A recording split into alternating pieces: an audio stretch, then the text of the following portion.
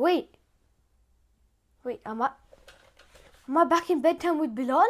Assalamu alaikum wa rahmatullahi wa barakatuh. Finally, back with the episode of Bedtime with Bilal. Today we'll be reading The Sleepers in the Cave. So what are we waiting for? Let's get straight into it. The Sleepers in the Cave. This story is mentioned in Surah Al-Kahf. It was about 250 AD during the rule of a Roman king named Dawah that the teachings of the Prophet Isa ﷺ were spread throughout the region by his early followers. The people there were not true believers.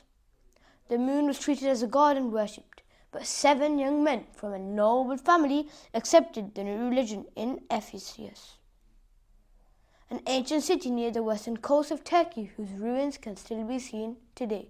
Dawah took up arms against the new converts.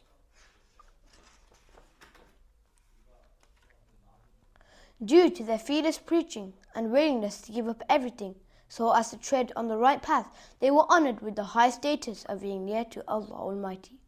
When these young believers realized that the king's soldiers were about to capture them, they ran away from the town. They took refuge in a cave so to escape the cruelty of this cruel king. As they ran, they prayed to Allah, "O our Lord, show us mercy.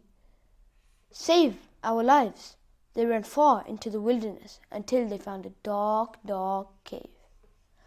They entered it with great caution, hoped that no one would guess that there were anyone inside. Then, weeping, they all prayed to Allah for His help.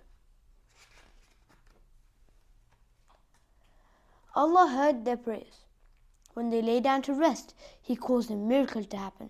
With His supreme power over life and death, He made them fall into a deep sleep lasting about 300 years.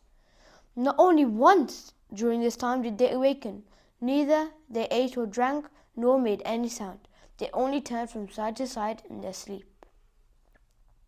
Even their dog Kitmir joined them in a long slumber, with his legs stretched out across the entrance of the cave. This cave was so placed that not even a ray of light could enter it. Allah had also made it look so frightening that if anyone had come close to it, he would have felt afraid and run away. It was one of the wonders of Allah. Time and time passed, and the town they had left changed altogether. The cruel king had died, and the present king had become a believer, a follower of the message of the Prophet Isa ﷺ. The king and the people were believers in Allah. During this period, Allah woke up the sleeping men. As they rose from their long slumber and stretched out their arms and legs, one of them wondered, "How long exactly have we been here?" They thought about it, then said, "We've probably been here for a day or maybe part of a day." But they did not realize that they had been sleeping for about 3 centuries. They felt very hungry, so one of them crept out of the cave to fetch something to eat. He reached the town and went to the shop to buy some food. He paid the shopkeeper with a silver coin. The shopkeeper was amazed to see such an old and magnificent coin and suspected that this man might have found some old hidden treasure. So he took him to the king, who immediately recognized that he must have been one of those men who had been lost for about 300 years.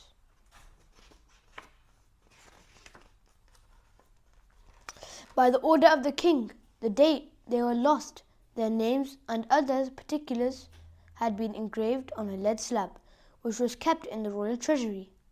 For this reason, they also became known as Men of the Slab. When the slab was taken out, it was confirmed that these are the very men who had run away from the city to save their lives for more than 2 centuries. They immediately became the center of the people's devotion.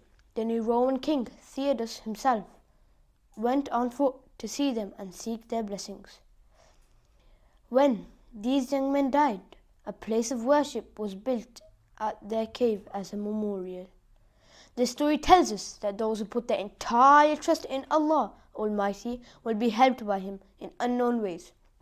This story is also intended to tell us that there is really life after death.